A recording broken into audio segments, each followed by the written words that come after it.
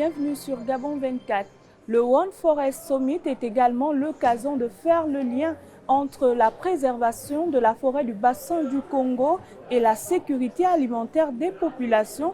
Pour en parler, je reçois le Dr Célestin Siboumana, secrétaire exécutif permanent pour la plateforme multisectorielle de sécurité alimentaire et de nutrition au Burundi. Bienvenue, docteur. Merci beaucoup. Merci d'avoir accepté l'invitation de Gabon 24. Merci à vous Alors, aussi. d'entrée de jeu, quel est le lien que vous faites entre l'environnement et la sécurité alimentaire?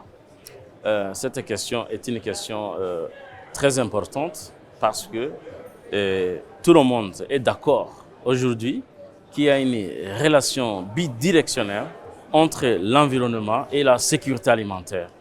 Parce que nous nous nourrissons de ce que nous produisons et la façon dont nous produisons garantit notre alimentation correcte pour une bonne nutrition et pour le bien-être des populations. C'est-à-dire que si on préserve l'environnement, on aura des espaces protégés dans lesquels on peut développer l'agriculture avec une agriculture intelligente qui peut nous donner des aliments à haute valeur nutritionnelle. Mais vous faites bien de le mentionner parce qu'il n'y a que l'intensification de l'agriculture aujourd'hui a occasionné tout ce qu'on sait avec le réchauffement climatique. Donc aujourd'hui, il est question d'aller vers une agriculture écologique et vous partagez cette assertion. On le dit souvent, c'est pourquoi d'ailleurs la philosophie internationale aujourd'hui, c'est la transformation des systèmes alimentaires. C'est-à-dire de la fourche à la fourchette, comme on dit dans le jargon technique, de l'étable à la table, il faut garantir la sécurité sanitaire des aliments sur tous les maillons de la chaîne afin d'avoir des aliments sains, nutritionnels, abordables, accessibles, avec une stabilité pérenne de la disponibilité des éléments, ainsi que, évidemment, une résilience alimentaire. Parce que moindre choc climatique, moindre choc ça peut générer des occasions, des problèmes sur le plan de la sécurité alimentaire. Donc nous devons rendre nos systèmes alimentaires socialement et économiquement résilients. Et tout cela, évidemment, il faut une préservation des espaces, des écosystèmes, pour que nous puissions garantir à la population des aliments sains, nutritionnels, accessibles et résilients. Vous faites bien de le dire. Pouvez-vous nous partager également l'expérience burundaise sur la question de préservation des espaces en vue de cette agriculture intelligente? Le Burundi est fortement engagé à renforcer la sécurité alimentaire et nutritionnelle de la population burundaise, qui est d'ailleurs le garant du capital humain productif pour le développement socio-économique durable. C'est ainsi que l'environnement, il y a des interventions prioritaires, des informations accélératrices des interventions accélératrices pour pouvoir renforcer la protection de l'environnement. Nous avons des programmes appelés dans notre langue nationale, Ewe Burundi Urambaye, où les militaires possèdent des programmes de plantation des arbres dans tous les espaces du pays pour couvrir toutes les collines, toutes les montagnes des arbres. Nous avons d'autres programmes de protection du bassin hydrographique. Nous avons des travaux communautaires. Nous avons d'ailleurs un jeudi dédié à l'environnement. Chaque jeudi après-midi, tous les fonctionnaires font des travaux en rapport avec le renforcement, la protection de l'environnement. Et ainsi, le gouvernement du Burundi, sur des questions de nutrition et de secteur alimentaire, nous connaissons nécessairement que la nutrition, c'est un dossier transversale, prenant en compte évidemment la protection des écosystèmes dans le cadre de la philosophie générale des systèmes alimentaires, mais aussi les interventions relatives à la protection sociale, les interventions relatives à la santé, à la composante genre et pourquoi pas, mais aussi la gouvernance multisectorielle en général. Justement, on parle bien de gouvernance. Cette gouvernance doit être à toutes les échelles. Si aujourd'hui on nous demande de préserver l'environnement, de préserver les forêts, alors que certains pays du bassin du Congo n'ont pas encore atteint l'autosuffisance alimentaire, est-ce que ce n'est pas paradoxal? Oui, il faut évidemment cultiver, mais il faut avoir dans l'esprit qu'on ne peut pas faire une intensification de l'agriculture en désordre.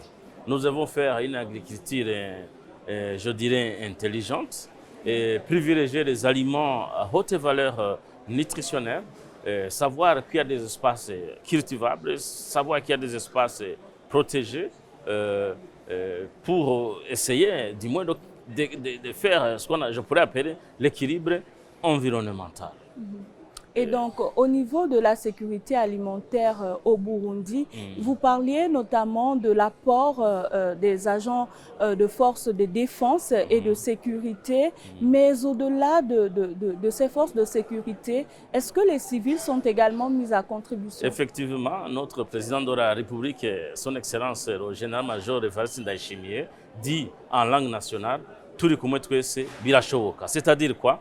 L'union fait la force. Qu'ensemble, nous pouvons réussir. Et pour formaliser ce cadre de gouvernance, le gouvernement du Burundi a mis en place une plateforme multisectorielle de sécurité alimentaire et de nutrition pour mieux coordonner les actions à l'échelle nationale. Et cette plateforme, évidemment, a été sanctionnée par des textes légaux et réglementaires pour essayer de canaliser toutes les questions relatives à la nutrition et à la sécurité alimentaire. Et je vous le dis... les fruits de cette décision, est-ce que les fruits de cette décision sont aujourd'hui perceptibles dans la population? Oui, le fruit est perceptible parce qu'aujourd'hui, il y a une forte intégration des systèmes.